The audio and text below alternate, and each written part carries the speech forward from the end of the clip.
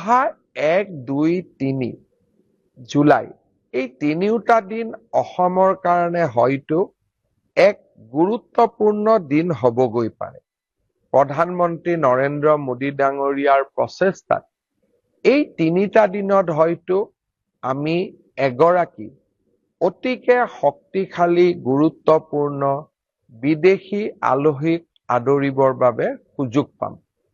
চৰকাৰীভাৱে ই ঘোষণা হোৱা নাই, তথাপিতো আমি আশা কৰিছো যে প্ৰধানমন্ত্ৰী মোদী ডাঙৰীয়াই 1, 2, 3 তাৰিখে অসম গুৱাহাটী ভ্ৰমণ কৰিব আৰু তেখেতৰ লগত আৰু এগৰাকী শক্তিশালী আলহী বা প্ৰভাৱশালী আলহী বা এগৰাকী আন্তৰ্জাতিকভাৱে পৰিচিত আলহী আমাৰ অসম ভ্ৰমণ কৰিব, গুৱাহাটী ভ্ৰমণ কৰিব।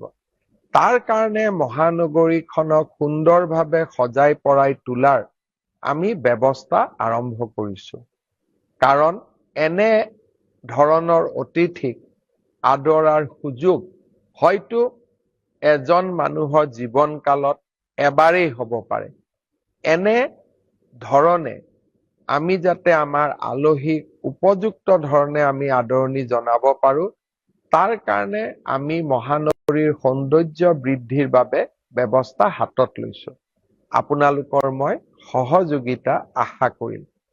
এই কেইটা দিন আমি যাতে আমাৰ অতিথি পৰায়ণৰ উৎকৃষ্টতম উদাহৰণ দিব পাৰো, তাৰ বাবে মই ৰাইজৰ সহযোগিতা বিচাৰিম।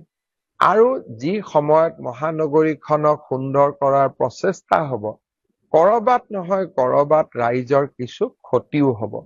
তাৰ বাবে মই ৰাইজৰ ওচৰত ক্ষমা বিচাৰিম, কিন্তু ৰাইজৰ পৰা সহযোগিতাৰো আশা কৰিম।